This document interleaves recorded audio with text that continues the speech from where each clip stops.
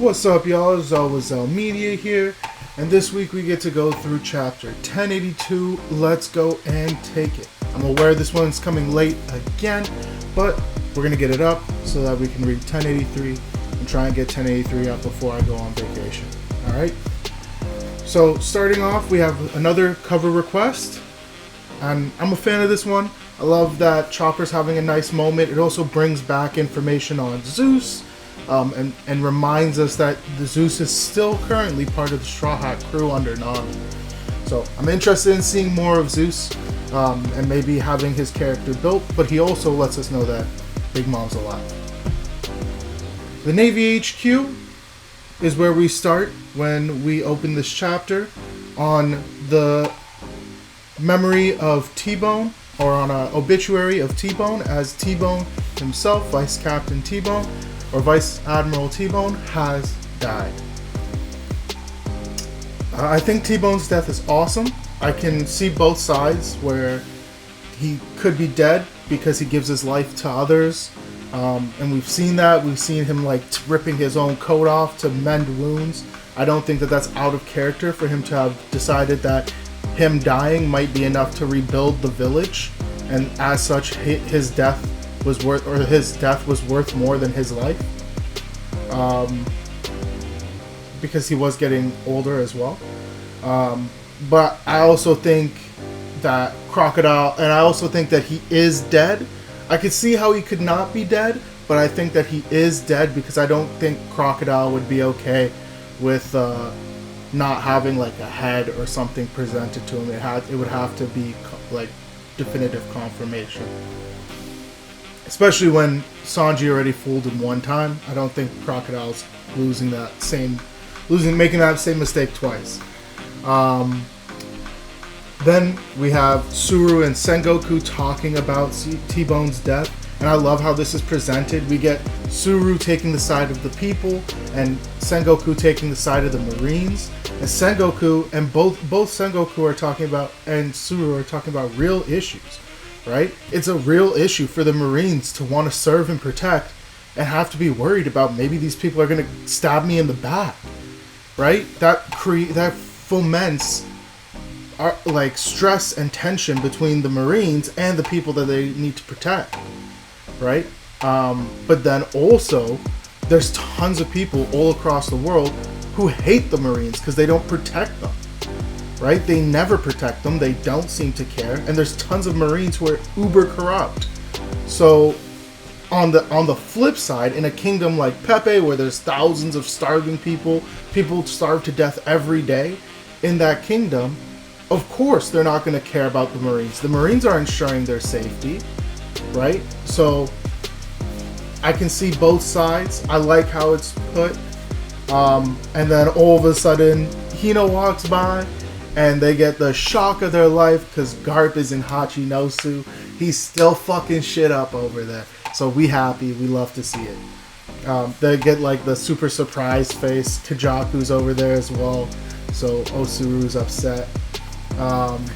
But from there, we move on to Empty Bluffs Island, where again, I think this confirms my theory on T-Bone, because the old man is the one who's joining the crew. And so I imagine it was probably he gave his life for the village. And we've seen that Kobe was worth 500 million.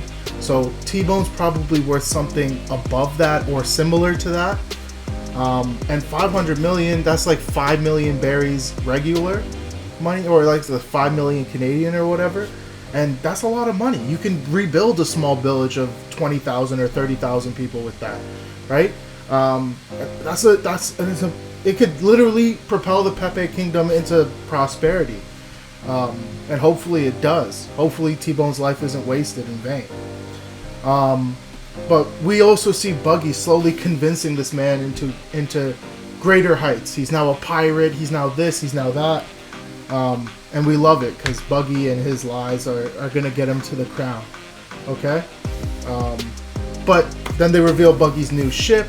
And I'm a huge fan of it. I love it. I love the design. I love how much Buggy put into it. Or how much of Buggy is in it. I love the circus tents. I love all of it. I think that the new ship is really, really cool. But but that reveal tends to spark some animosity in both Crocodile and Mihawk. And so they hit the back room, and as they're going over this stuff in the back room, like berating Buggy, Buggy manages to inspire everybody to go chase after the crown, to become the king of the pirates. Right? Every Yonko recently has had this declaration. Right? Shanks had it, Blackbeard had it, Luffy's always saying it, and now Buggy said it. And I love how I wonder if he can like talk no jutsu Mihawk and Crocodile too. Eventually they might also buy in, but I don't know if they will. It is Mihawk and Crocodile. They know that this is a crock of shit. So, so it's interesting. But I will say there's a moment here where Mihawk's like, I'm not trying to fight Shanks, Luffy, and Blackbeard. I'm not saying that's nothing. I'm not saying that's anything. All I'm saying is that Mihawk said it. That's all I'm saying.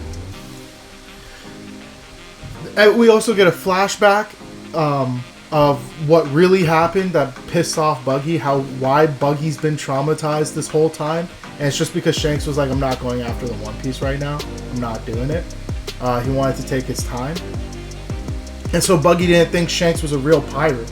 So he lost all of his respect for Shanks. And although Shanks became uber strong, right, and became way stronger than Buggy, Buggy was like always felt like closest to Shanks because they were both on the same crew, both are the same age, they went through the same things, and they both didn't get to see the final island when they both had a chance. And Buggy would have given everything to see it, and Shanks gave everything to stay with him. And so Buggy likes hatred for Shanks's caring and kind nature. When Shanks didn't want to do the same thing, Buggy was like, "Screw you! You're lashed out instead of being friendly." So clearly, Buggy's just been traumatized his whole life.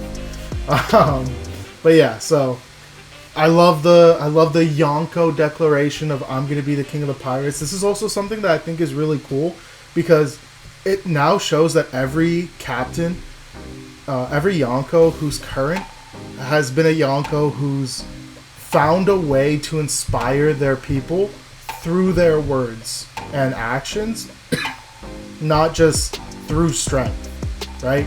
Luffy, we know. Shanks, he's both strong, but he's also inspiring. He's never pushed his crew so much that they're going to be like dead the next day. He's always taking care of these things, and he's always taking care of people, right? Then we see it with Blackbeard. He has the same kind of mystical effect on people that Luffy did, talk no jutsuing Aokiji, and now we have Yonko Buggy trying to do the same. Okay, it's very interesting. I'm enjoying that. I'm wondering what's going to come of that. But we move forward, and now we're in the Kamabaka Queendom. Okay. And we get the introduction of the vice captains of each fleet. I don't really care much for them, but I do understand why they're being brought up here. I look forward to seeing more of them. We're getting into the final saga, so we need these players to be seen because they're probably going to show up, all of them, in the final war when everything's hitting the fan. We're seeing the same thing from the Marines. We're seeing the same thing from Pirates. A lot of these sides are bringing brand new characters into existence that really didn't matter before, right? Look at what we saw from Beppo in the last chapter. But we have the introduction of the vice captains. We get Sabo being alive. We all knew he was alive. We got his voice in the chapter previously, but this is his first sighting, and so this confirms that he is indeed alive. It's not just a voice, a snail that's a trap. Then we get to the people of Lucia. You can see that Moda's there among them and that they are mostly safe. They are on the Kamabaka Queendom's island, so they might not be safe for very long. But you can see Moda there among them, and the government, and they hate the government right now due to what they just did to their home. So they're like fired up to go take them down, but they need a rest. And then you also see Koala throwing mad amounts of kicks at Sabo upon his return, and Sabo's just ducking, bobbing, and weaving them like nobody's business, while he's continuing the conversation with Dragon. And then we get like all of this information, or all this hype that's coming. Okay, we get to find out next chapter what the truth of Mary Joie is, and I don't even know if we get to find that out in the next chapter. Now, I have been spoiled on the next chapter, so I'm not going to be doing any predictions for it, but I am going to go read it as soon as I finish with this. So this chapter is a 9 out of 10 in my opinion. I love this chapter. Oda's been writing fire for weeks. This man looks like he's trying to burn his house down at this point. It's insane. So thank you guys. Have a great night, and I hope to see you guys next week.